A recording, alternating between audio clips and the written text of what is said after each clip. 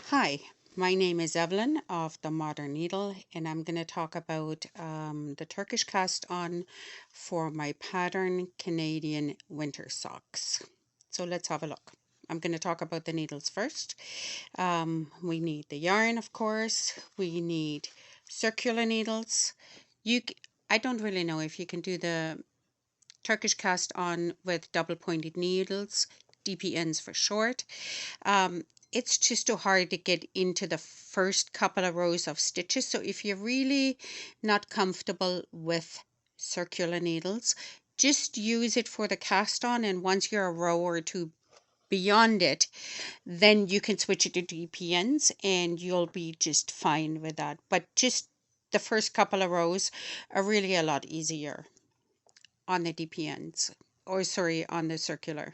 So let's talk about that there for a minute. As usual, I have my lead needle, which is my gauge needle, is to the gauge. We're knitting in a 4mm. This is a 4mm. I think this is a 3.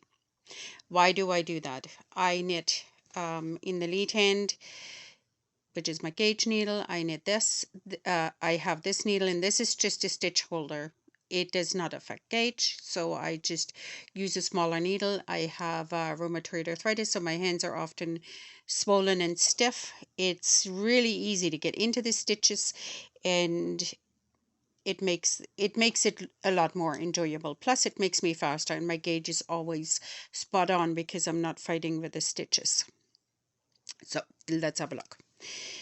So we need this, and then of course I have my yarn in my trusted little yarn caddy, so no hair or dust gets added. So we start with a slip knot. The tail only needs to be long enough for weaving in. So let's go ahead and do this. Okay, so actually I'll show you how to do that. It's an E. Move the E over the tail, and once you pull this up, doesn't actually matter which needle it is. Here's your slip knot.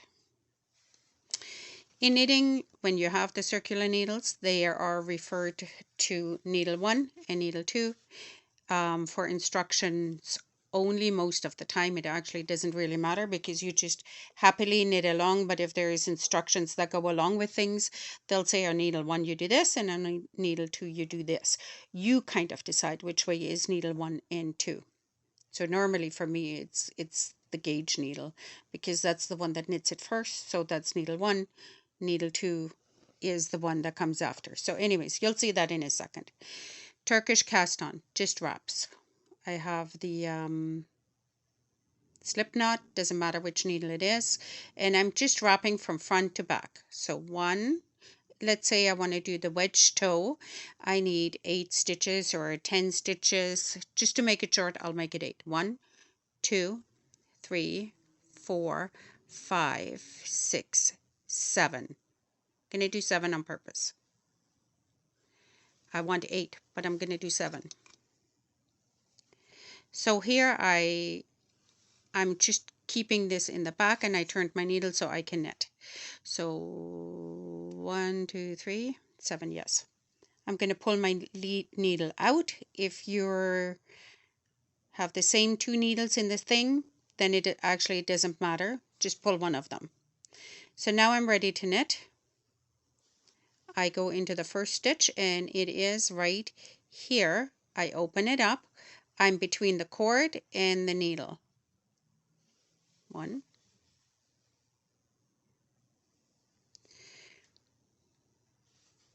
2, 3, 4, 5, 6, 7. Oops, I actually need another stitch. So I'm just going to pull this around. Sorry. And pick up a stitch. Actually, I just transferred it to here. Sorry.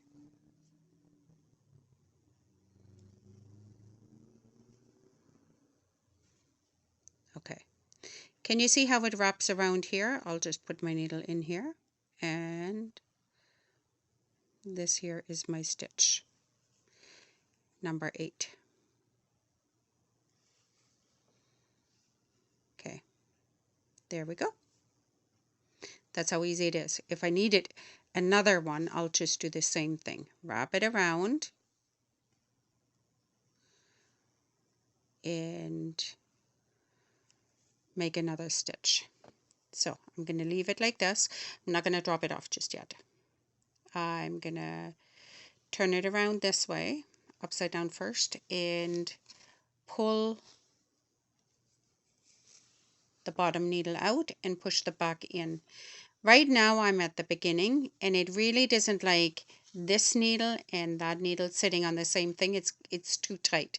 That's why it's more difficult for the drop off that stitch there, because that's my slip knot and I'm not using it. Okay, that goes in the back. I'm now on round number 2. Once I get this little baby out of the way.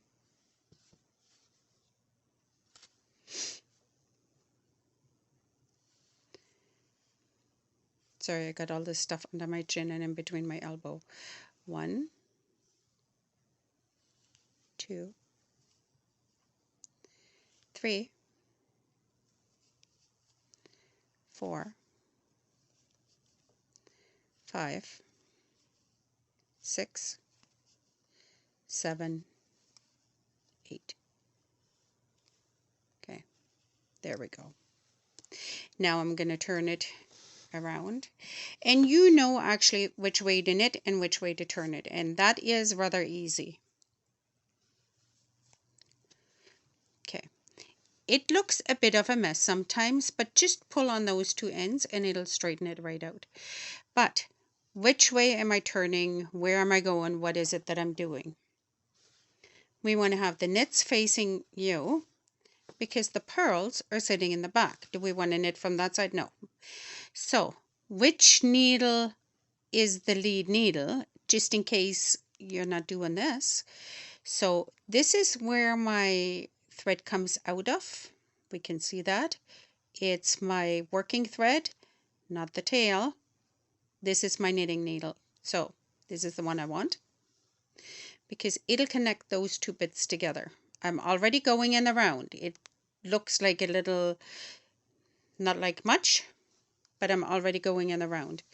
And I already knitted 2 rows. So basically my end of round is over here. However, needle 1, needle 2, whichever, doesn't matter. For me, it is easier to have the end of round where my tail comes out because my brain forgets. It's opposite of how you start knitting, blah, blah, blah. That's just too much. I always get confused on that. So for me, if the tail is sticking out, that's where my end of round is. So for me, I'm just going to knit this bit back, and in reality, your knitting will be 1 row, not round, because a round is a pass on needle 1 and needle 2. It'll be just 1 row higher than it should be. Tell me, who is gonna know that 1 row is this guy right here? Nobody is gonna know that except for you. So let's knit that back, and then I'm going to show you something else. We already have our cast on for the wedge toe. We're just going to knit that straight back. 1, okay, 3, 4, 5, 6, 7. Oh, I just lost him. Through the video, doing all of this is kind of like silly. Come. There we go. I had to go off camera to have a quick look. 8. This way. Okay. So here we go. Now my needle end, my end of row is here. I'm going to flip the tail out so that I can see it. Doesn't matter which way I'm going. Okay.